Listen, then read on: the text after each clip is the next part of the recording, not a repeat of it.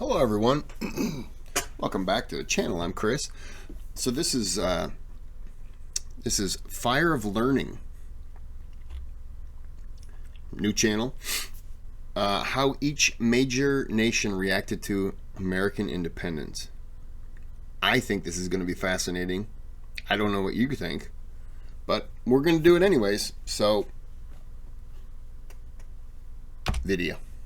America declared independence from Great Britain on July 4th, 1776. In 1783, with the signing of the Treaty of Paris, its war for independence officially ended in victory. What were the world's reactions to this new country stepping foot onto the world stage? Ladies and gentlemen, hello and welcome to Fire of Learning. Let's find out.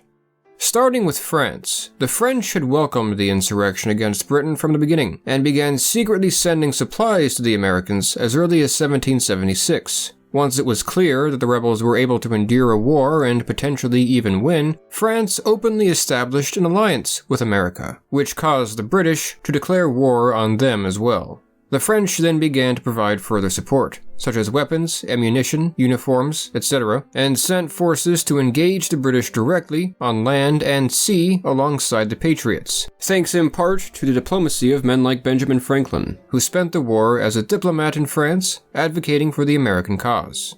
France, which was at the time under the rule of a monarch whose power was much more absolute than Britain's king, was not drawn to the American cause by anything like its revolutionary ideals. Rather, liberating the United States was simply seen as a strategically wise move. France was, at this time, in a fierce global competition with Britain. They had been defeated in North America in the 7 Years' War, also known as the French and Indian War, a decade prior, which allowed Britain to claim many of their lands there, putting France at a disadvantage. American independence would check British power. As such, both the French government and people tended to be very supportive of the endeavor.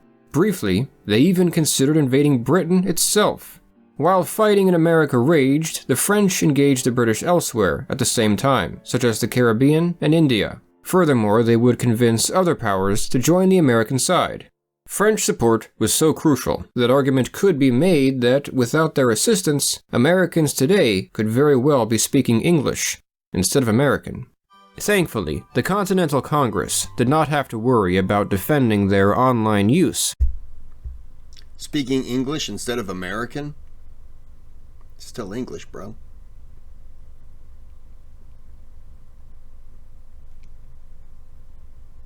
I think it was a joke. It's sinking in a little late. I think it's a joke. Because everyone knows America invented English.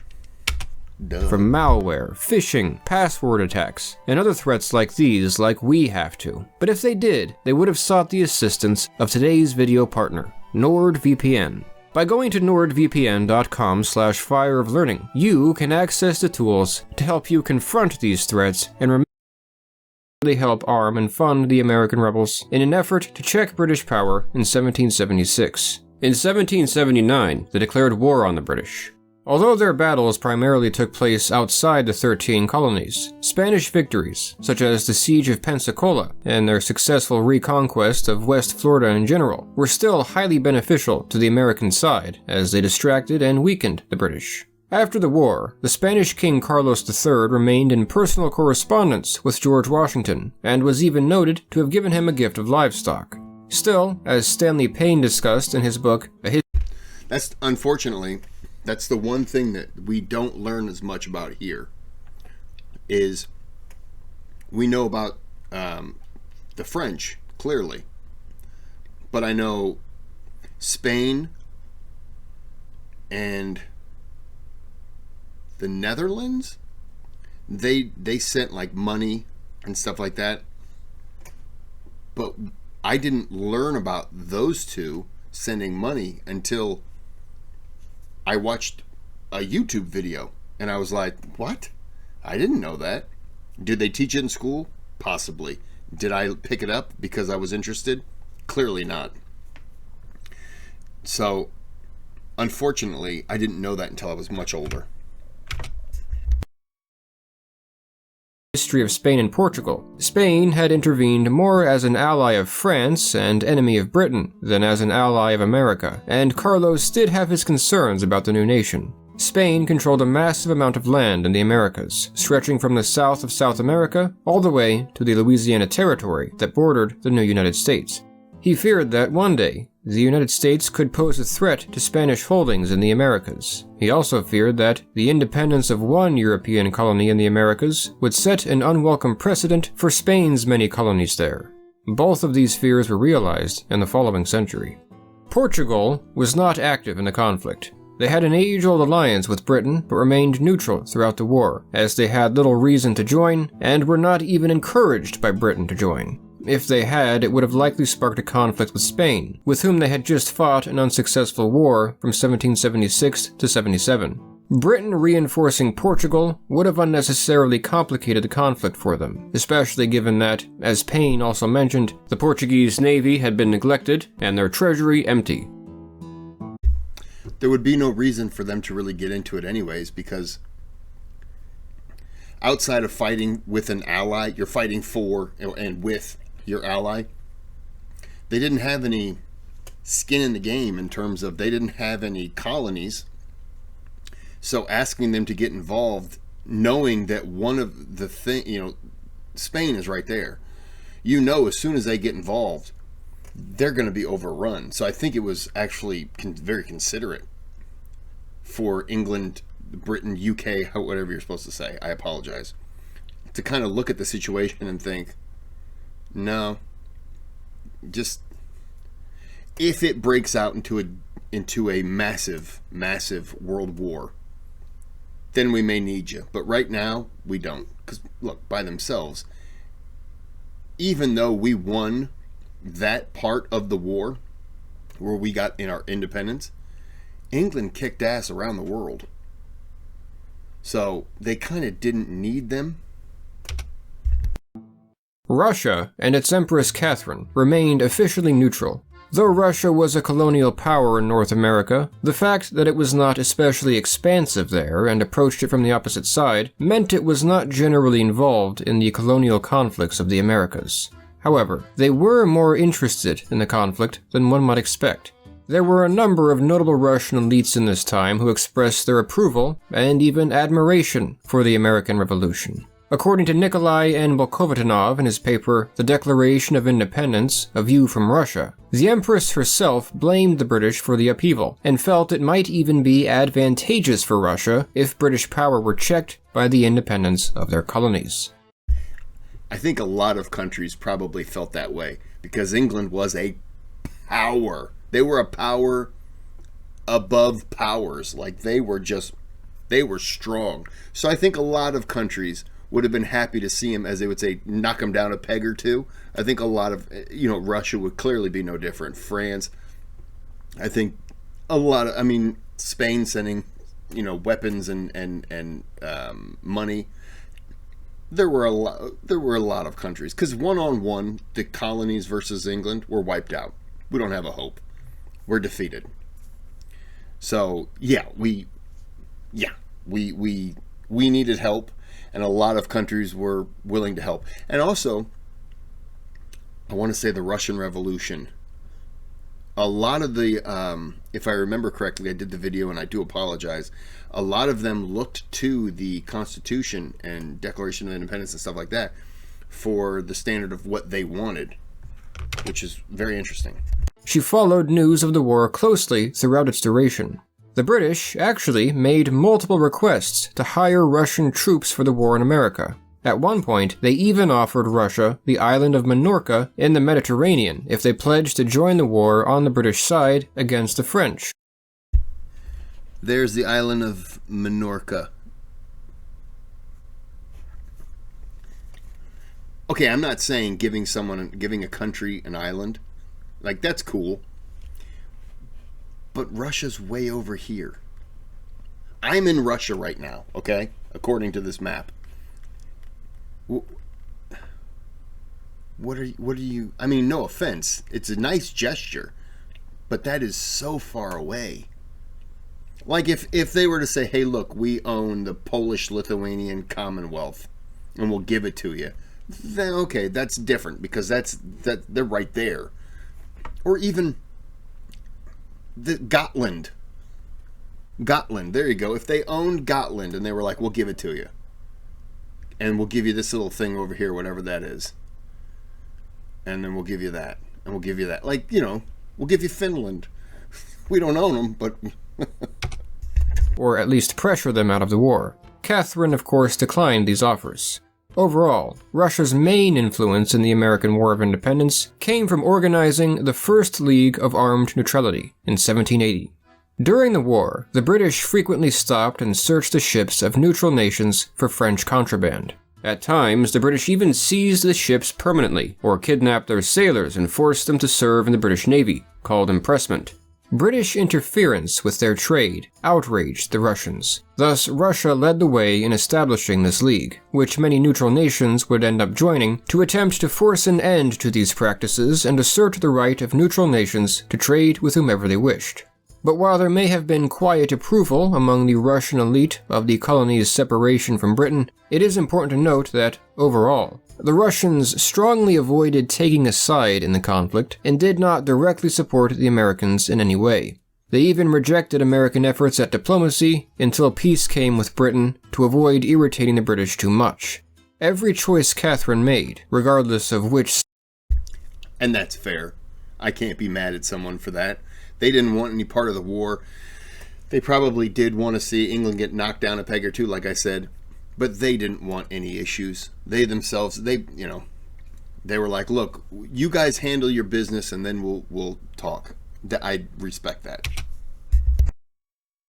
Side it benefited was done for Russia's sake. It is also worth noting that American ideals themselves were not well received in Russia. Works like the Declaration of Independence, for example, were partially, if not fully censored there in many circumstances, as they were deemed too radical.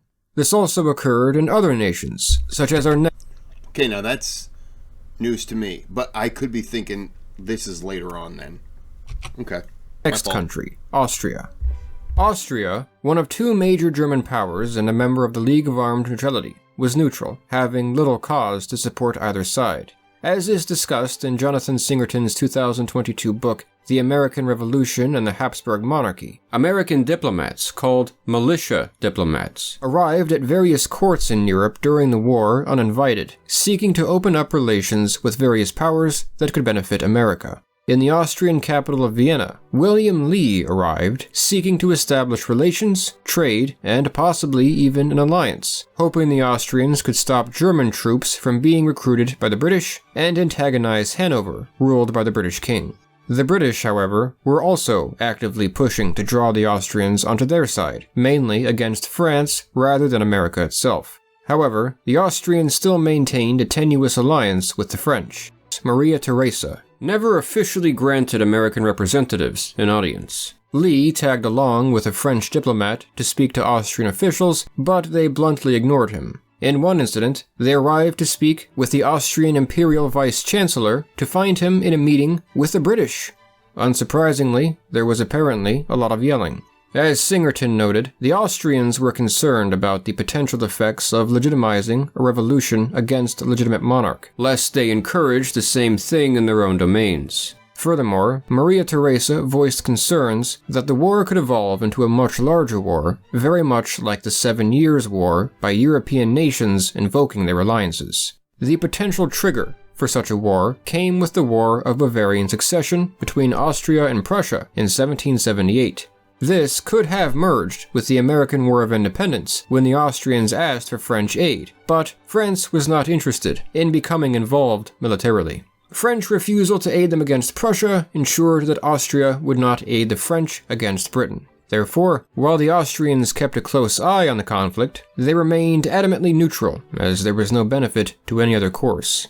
It is worth noting that, like in many countries, a majority of the Austrian nobility seemed to favor American independence, and were fascinated by it, as Singerton also describes.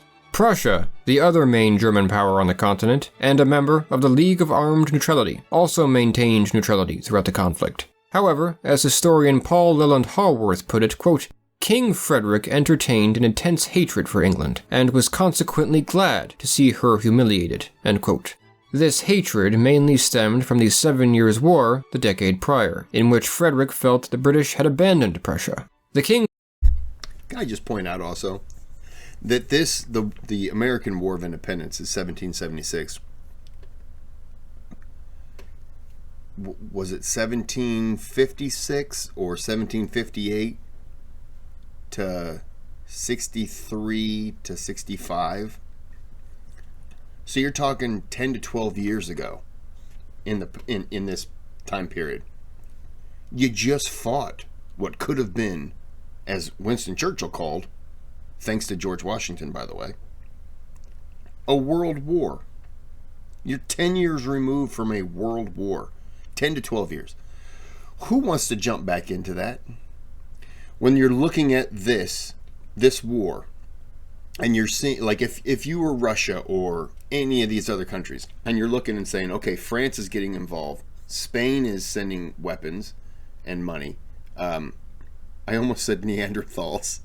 The Netherlands, sorry, they're sending money and weapons, and you're sitting back saying, all it takes is one, Portugal to get involved, and now you've got more armies, and then and just the 7 Years' War, it's going to trigger your allies jumping in, and then over here, and 10, 12 years removed from a world war that spans 7 years, you're back into it.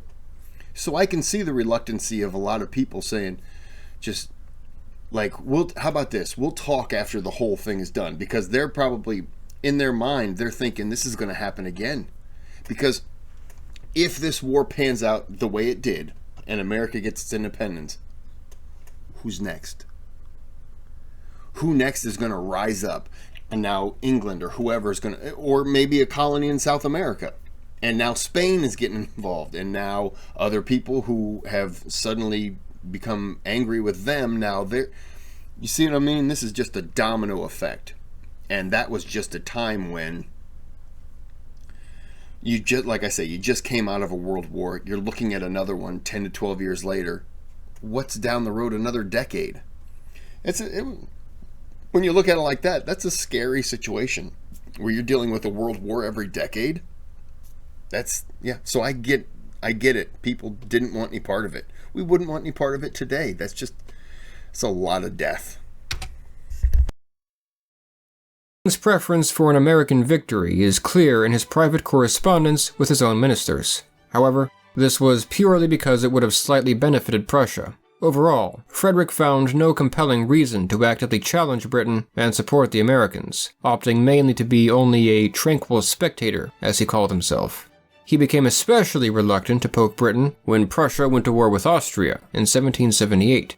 He therefore waited before opening up anything like formal diplomacy or trade with the Americans until the war was over. Still, he and his officials maintained arm's-length correspondence with American diplomats.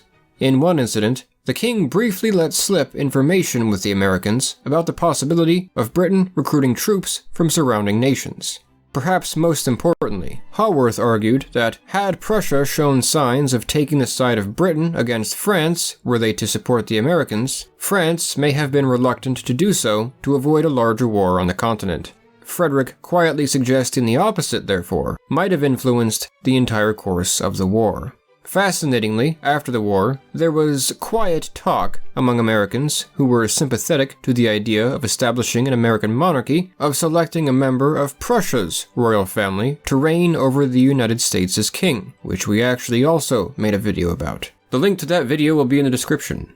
The British were able to count on support from various other German states. They employed auxiliary forces from several of them, most famously from Hesse-Kassel, but others as well. It was, in fact, a common practice for some of the smaller German states of the Holy Roman Empire to raise armies for the purpose of loaning them to larger nations in exchange for compensation. The British often took advantage of this offer. These Germans had no personal motivation to join the war. They were simply hired by the British to do so. Regarding the Netherlands, from the outset of the conflict, Dutch merchants had been selling arms and munitions to the rebel forces and serving as middlemen for the secret French supplies. Still, the Dutch had previously held an alliance with Britain, and the British felt that they would ultimately take their side in the conflict. However, opinion among the Dutch was quite divided. Though the stadtholder, or leader, of the Netherlands was pro-British, many of the Dutch elite did not share his position, such as Johan Dirk, Baron van der Capellen Totenpol, who was highly supportive of the Americans. It was also not lost on many Dutchmen that their former allies had usurped much of their dominance in commerce. In 1778, the British compelled the Dutch to join the war on their side, but the Dutch refused. That same year, the French joined the war. The British became especially concerned about Dutch trade with the French. To weaken France, the Dutch became a major target of Britain's efforts to seize and sometimes even take ships carrying supplies intended for their enemies. Tensions worsened. In 1779, the Dutch allowed the famous American captain who attacked the British in their own waters, John Paul Jones, to take refuge in the port of Texel. Their hesitancy in allowing the British to enter and seize him allowed him to escape, which infuriated Britain. In 1780, the British gained greater insight into the Netherlands' secret assistance to the Americans.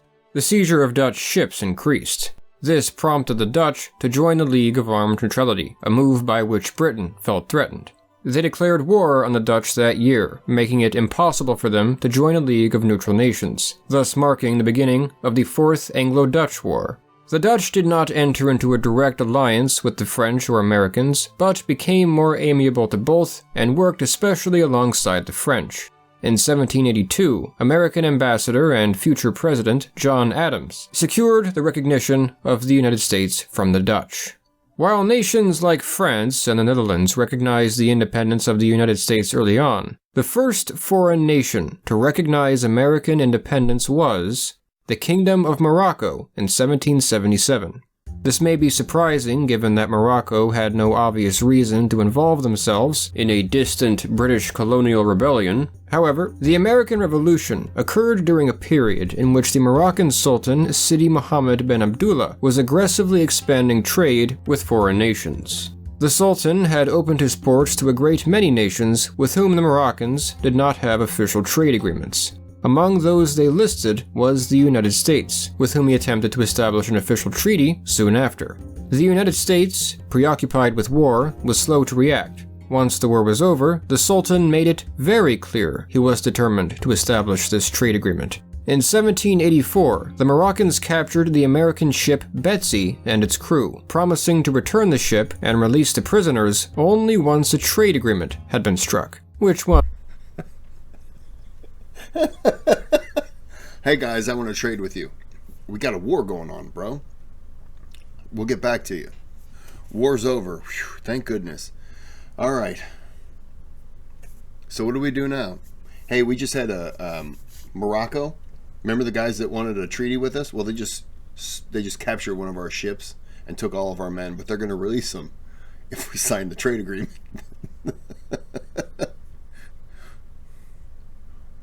What happened now?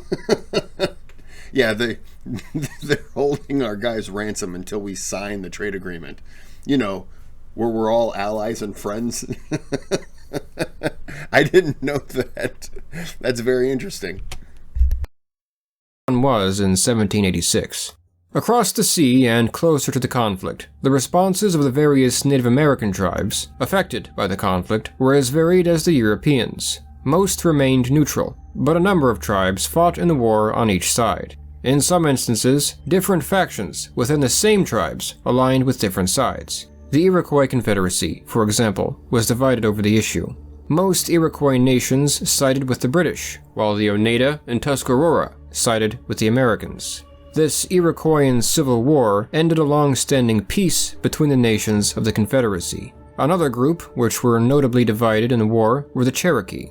One of the grievances that the colonists had had with Britain was that in 1763, the Crown forbade settlement west of the Appalachian Mountains and ordered the colonists settled there to return east in order to end conflict with the indigenous tribes. As is discussed by the Museum of the American Revolution, native groups which feared that an independent America would alter or ignore this arrangement decided to align themselves with the British. Indeed, most tribes who joined were convinced by this argument, and thus the British had better luck in acquiring their assistance. Other native groups resented the British, however, and felt that an independent United States might be more willing to work with them, partly because of the friendships they had established with their immediate colonial neighbors. On the contrary, when the war was over, the Americans did indeed press westward into native lands, even those of their allies. Most other nations who paid attention to the conflict, including Sweden, Denmark, and the Ottoman Empire, remained neutral during the war and only opened up trade and relations with the Americans when they established peace with Britain.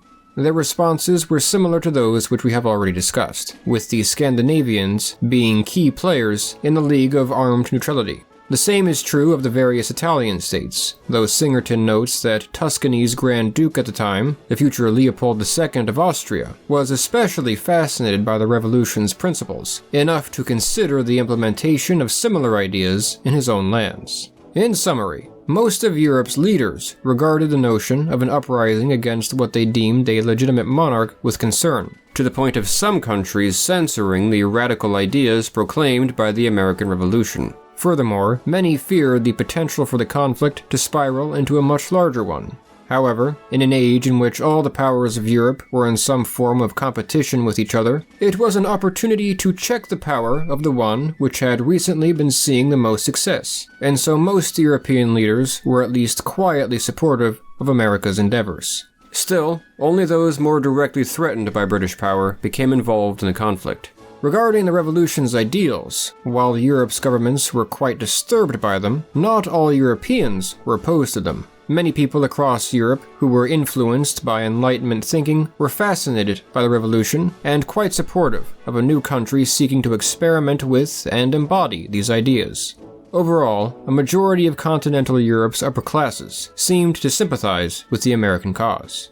In time, however, this sense of approval would flip during the chaos of the French Revolution. The challenging of traditional authority was deemed dangerous and radical, and thus the American Revolution came to be viewed in a different light for some time, with its ideas repressed further. As for the Native Americans, they were in direct competition with the colonists, and thus when they did become involved, it was largely on the British side, in the hopes that Britain would be less invasive, though this was not a universal stance, with some taking the American side. Beyond these regions, the revolution was mostly too distant of an event for people to have had a strong reaction. Finally, it is important to note that the American Revolution across the world is a huge and varied topic. This video was meant solely to summarize the primary responses of various different nations whose reactions are less well known. I hope you enjoyed this video. That was a very cool video. That was very, very cool. How strawberries were accidentally created. I mean, now I want to do that video.